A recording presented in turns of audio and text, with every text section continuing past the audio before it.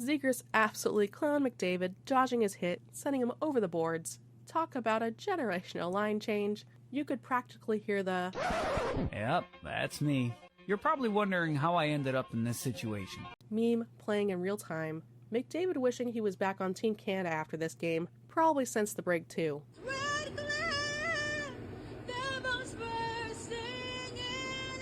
The way Z casually looked over his shoulder like, "Where'd you go? Pure gold." Wish we had a closer angle of this, but alas, we do not. Zegras' first game back from suspension, and he didn't miss a step.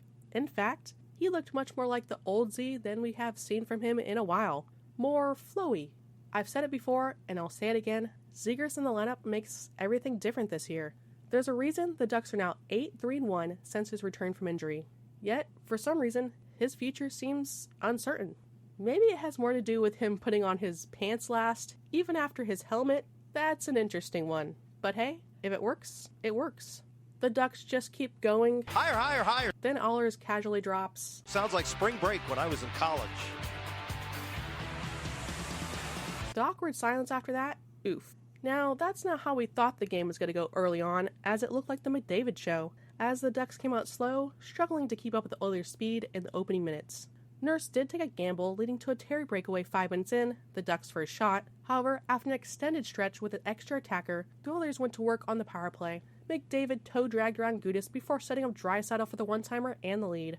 The Oilers are now 4 for 5 on the power play against the Ducks this season. That goal seemed to wake the Ducks up a bit, as the newly formed third line, dubbed the Kid Line, generated a great chance as McTavish showed patience to spring Gauthier, who stick-lifted to create a shot. Less than 2 minutes after the Oilers' goal, the reunited first line of Zegras, Karlsson, and Killorn went to work on the forecheck. Karlsson intercepted a Draisaitl pass behind the net and ripped a shot from the slot top corner for the Ducks' third shot and first goal. That was Leo's 5th goal since the break, tying the game 1-1. Less than 2 minutes after that, the Ducks struck again. Gauthier, looking increasingly comfortable speeding through the neutral zone, set up McTavish, who went 5-hole. Not entirely sure how that one slipped through, but suddenly, 2-1 Ducks. The Ducks kept rolling, even had some luck on their side. With under 2 minutes left in the period, Colangelo deflected a point shot from Lacombe that bounced off Kulak, giving them a 3-1 lead. Just 12 seconds later, the same line struck again, the fastest 2 goals scored by the Ducks this season.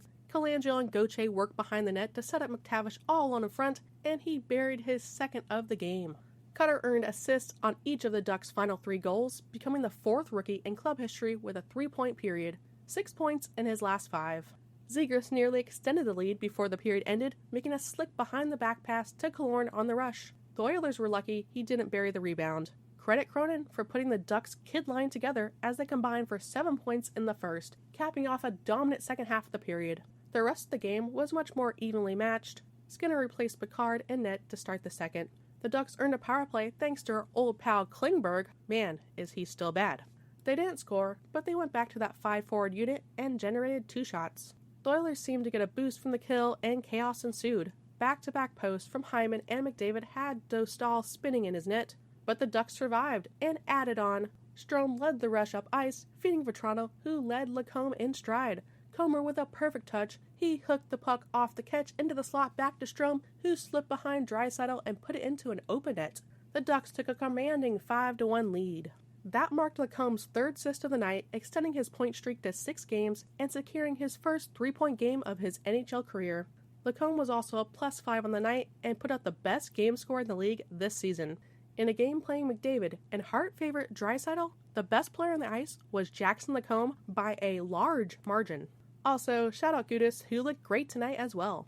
The Oilers got a few chances at the end of the second, but Dostal seems to always bring his best against the Oilers. Downright robbery on his leg save to end the second. The boys were still feeling heading into the third. McTavish even had to cool off with some high-quality H2O to start the third. Higher, higher, higher. Sounds like spring break when I was in college.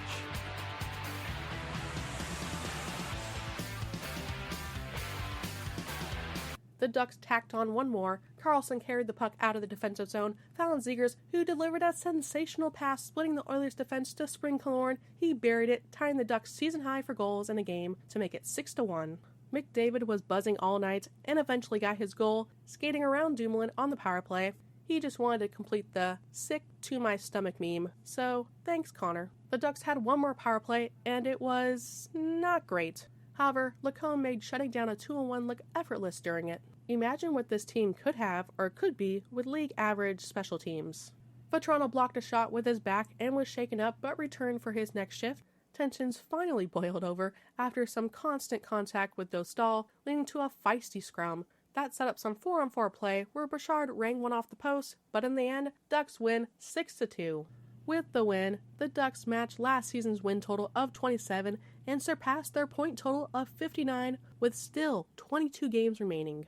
Recapping every game makes it easy to get caught up in the highs and lows, but stepping back and looking at the bigger picture is important, and it's probably something I haven't done enough of. I try to give my honest takes after every game, and this season has been an absolute roller coaster. Just look at the Ducks' last 2 games. How do you go from losing 6-3 to the Blackhawks looking terrible to beating the Oilers 6-2? One game we're feeling great, and the next it looks like the rebuild has been set back years. It's been a wild ride, so for the rest of the season, I've decided to focus more on staying positive. Am I happy with everything? Nope. I still have major concerns about coaching, and this trade deadline will be a huge test for Verbeek in terms of earning back some trust. But maybe I can be persuaded down the stretch. The first 50-ish or so games were bad. They deserve criticism. But right now, the Ducks are on fire. And if they keep this up, even though that's probably a big ask, we're in for an exciting finish. I'm going to try to stay more even-keeled for these last stretch of games and enjoy the ride. The Ducks control their own destiny here. They have 7 games against teams ahead of them in the wildcard race. Texas Stromer said the Duckies are making the playoffs. Wow. Yeah.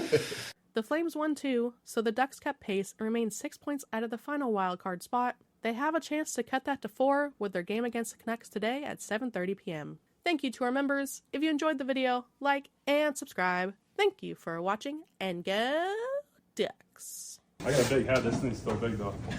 Good win, fellas. Like Crow said, way to bounce back after a tough one on whatever day that was. Great job, Doss. Nice goal.